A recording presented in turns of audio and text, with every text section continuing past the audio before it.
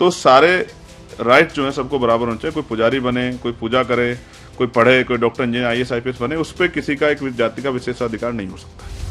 इटावा कांड में जिस तरह से लगातार बवाल बढ़ता ही जा रहा है, एक तरफ जहां कथावाचकों के समर्थन में कई यादव संगठन सड़कों पर उतर आए हैं, तो वहीं अब कथावाचकों के परिजनों ने योगी सरकार को आंदोलन करने तक की चेतावनी दे डाली है। मामले ने जातीय के साथ साथ राजनीतिक रूप ले लिया है। नेताओं के भी बयान सामने आ रहे हैं। अब इस मामले में नगीना से सांसद चंद्रशेखर आजाद ने भी कई सवाल खड़े कर दिए हैं। उन्होंने कहा कि जब संविधान सभी को बराबर का सम्मान देता है तो ये भेदभाव क्यों? पिछड़े वर्ग के लोग क्यों पूजा नहीं करा सकते? SC ST के लोग क्यों पूजा नहीं करा सकते?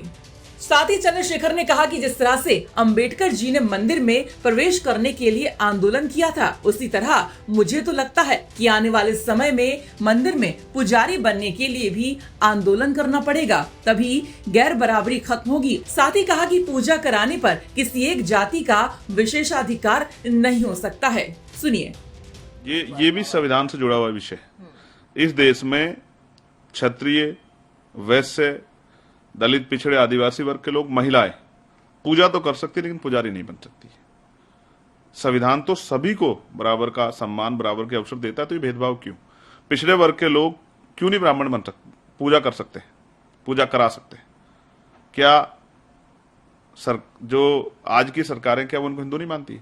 शेड्यूल कास्ट के लोग, शेड्यूल ट्राइब के लोग क्यों नहीं पूजा करा सकते हैं? ये विशेष अधिकार इनसे क्यों छीना जा रहा है?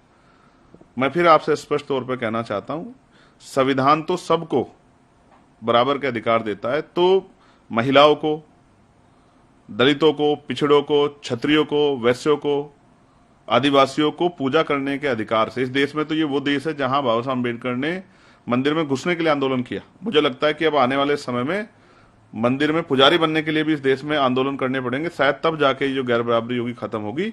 ये एक तरह का संविधान पे हमला है, एक तरह का उस जो है जो सोच को जो और बढ़ावा देने वाला है, जो गैर बराबरी को मानती है और ये मानती है कि इसमें कोई छोटा है कोई बड़ा। मैं तो नहीं मानता, मैं तो मानता हूँ सब बराबर है, संविधान सबको बराबर मानता है। तो सारे राइट जो है सबको बराबर होना चाहिए। कोई पुजारी बने, कोई पूजा करे, कोई पढ़े, कोई डॉक्टर, इंजीनियर, IAS IPS बने, उस पर किसी का एक जाति का विशेषाधिकार नहीं हो सकता। तो चंद्रशेखर आजाद ने साफ साफ यहाँ पर कह दिया कि किसी एक जाति का व्यक्ति के पास ये विशेष अधिकार नहीं हो सकता कि वो पूजा कराए। बाकी जातियों के लोगों को भी पूजा कराने का अधिकार होना चाहिए, क्योंकि संविधान सभी को बराबर का अवसर देता है और बराबर का सम्मान देता है।